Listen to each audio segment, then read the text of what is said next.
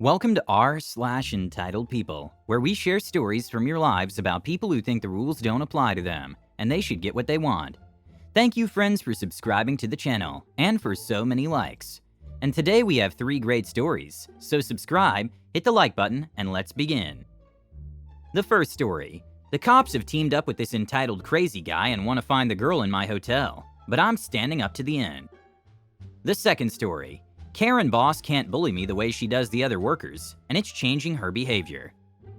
The third story. Half the staff quit, sermonized at my boss, getting a raise. The first story is when the cops side with the abuser. So this happened about 12 years ago. I was NA at a small 65-room hotel in a very small town. Although a very small town, we had many people living and working nearby due to an oil boom nearby, including myself and hubby. That's why we moved there.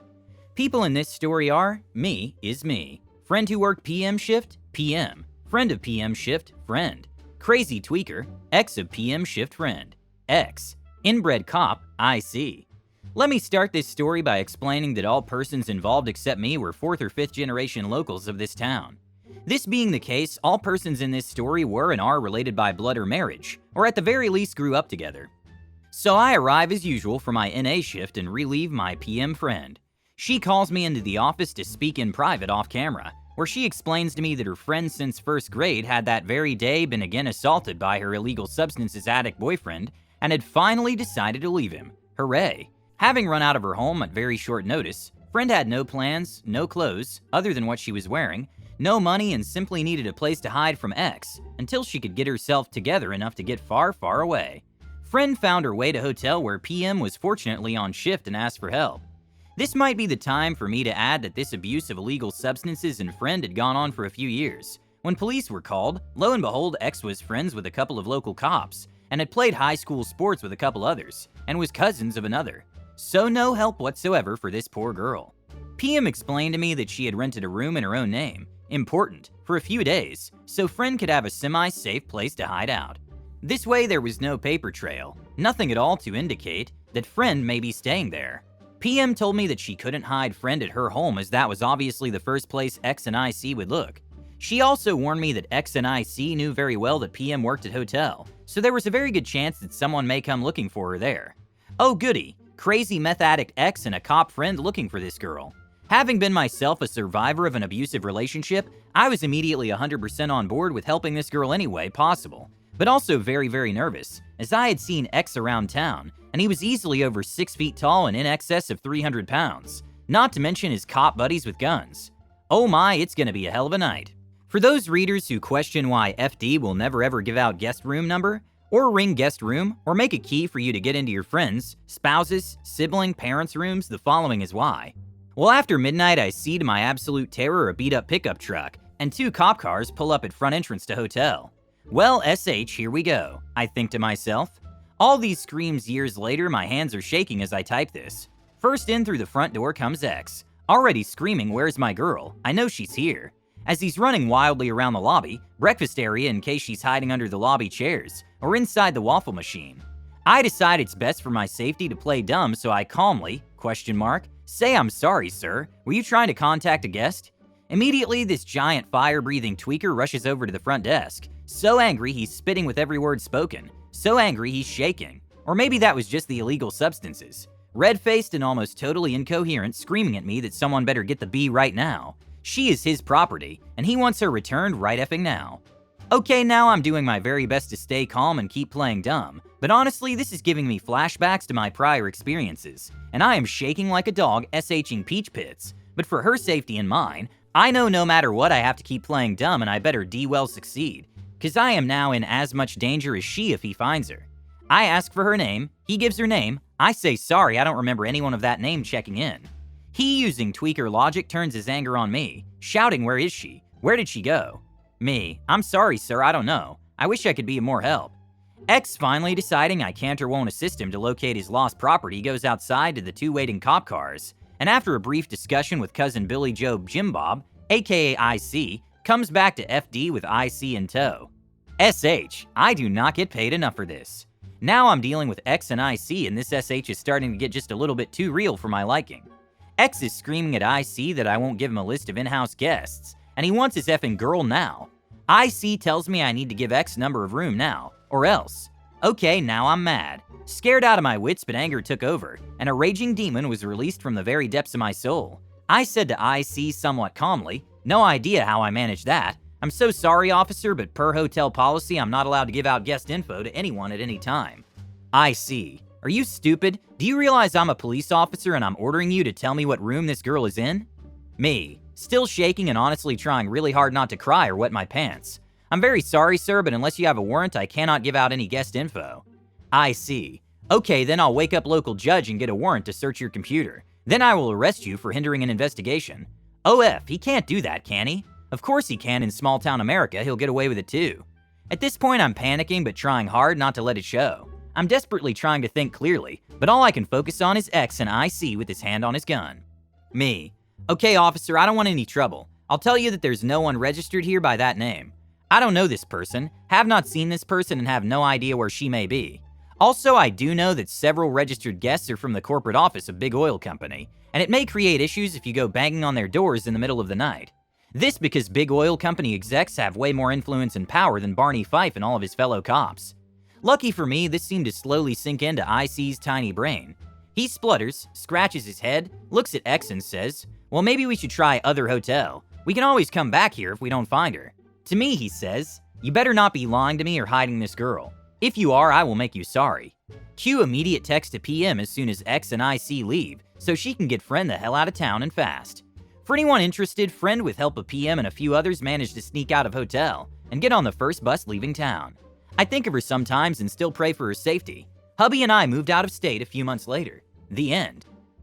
The second story is, I'm a former Marine. New manager can't bully me and it's funny. I work as a bench jeweler making and repairing jewelry.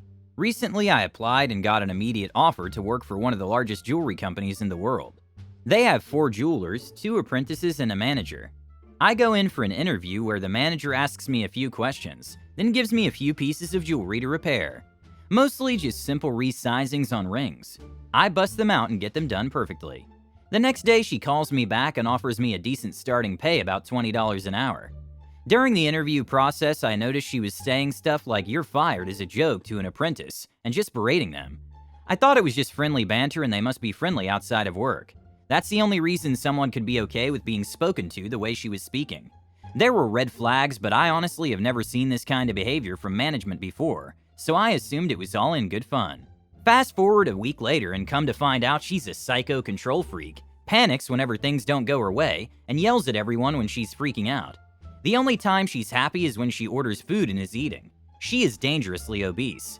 Now, I didn't really mind or care because she was nice to me and all the other jewelers mostly.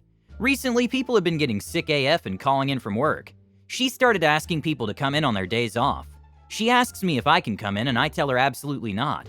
I will only work the days and hours I am scheduled, and will never come in early or leave late or come in on my days off. She's okay with it, but definitely taken aback by my response. Here's the thing. I love my work. It's fun and satisfying. I'm constantly learning new techniques and it just touches on everything that brings me happiness and self-worth. The crappiest thing about this job is the manager. She schedules us at completely random times. We're supposed to have 2 days off per week and they're always random A days. The schedule never repeats. It honestly feels like it's extra work to make a schedule this way. I also co-parent and need to plan out the days I'll have my kid, when I'll drop him off and pick him up from school, and I have to schedule the time I'll spend with my fiancé. My schedule is so sporadic and insane that it's confusing for all parties involved. But that being said, I schedule my month ahead of time and it cannot be changed. Had my schedule been consistent, I would probably work extra because it would be easier to plan around that. Last week, all but 3 people in the shop got sick. She asked me to come in to cover for other people. I said absolutely not. She replies with, "Is it always going to be like this with you? Are you not a team player?" I said to her, "I'm absolutely a team player. During the hours and days I'm scheduled to work." She was visibly upset. All the other jewelers and apprentices are very meek, mild-mannered people. They don't want to rock the boat or speak up against her. They just take the abuse and do what she wants. I do not tolerate that behavior. When she starts yelling, I put on my headphones with my music full blast and ignore her. I do this the instant she goes crazy. She was trying to talk to me when I had my headphones on and said she should be able to communicate. With me at work, I told her I do not see screaming as a constructive way to communicate, but if she would like to talk to me, she can text me or email me, even when I'm at work, because her attitude makes my PTSD get worked up. I don't have any issues with my PTSD anymore, but it's one of my medical conditions from the VA, so I decided to just use it for dramatic effect here. Anyway, she kisses my A. Her boss loves me and wants to promote me to manager position, which I've declined multiple times, because this company does not respect the work or home dynamic. Things have been getting better. The way I've been reacting to her has prompted the other jewelers to get more confident. Nail on the coffin, we all got sick because her ex got COVID and she had to take care of her son. Then she got us all sick. She is sick and can't return without a negative COVID test, but is going to ignore it to come back to work early. All of which is illegal and against company policy. You bet your A I'm reporting her.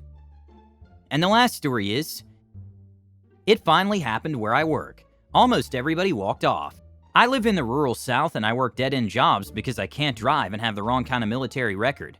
AWOL, dishonorable discharge. Most people here pretend to love working, even act like working a million hours is something respectable and not sad. You know, that poisonous work culture. I'm always trying to persuade people away from it where I can, but I feel like I have only succeeded in pretty limited ways. Day before yesterday, most of the staff quit at my weekend job because the company effed up our pay again. I wasn't even there, but from the facility and contract managers begging me to come in, it seems they had gotten together and demanded a pay raise too. Like me, most of these folks also have other jobs, but this is effing huge. I'm flabbergasted because I wasn't even involved. Anyway, after 4 of my 5 bosses call me asking me to come in, I get a call from the big boss who's only ever spoken to me to reprimand me for my facial hair, and who fired my brother to cover his own mistake. He's the typical executive D and I hate him. I answer and it becomes immediately apparent that he has no idea who I am, only that I have perfect work attendance. I doubt he knows that the only other weekender is my roommate, a fellow communist. He goes on a rant about how people must not want to pay their rent, and suggests that if I didn't come in, I won't be able to pay mine. Without missing a beat, I say, people also have to have their dignity, don't they? I see his face's shock in my mind's eye as he stutters for a few seconds, struggling to construct a response to this statement he clearly didn't expect to hear.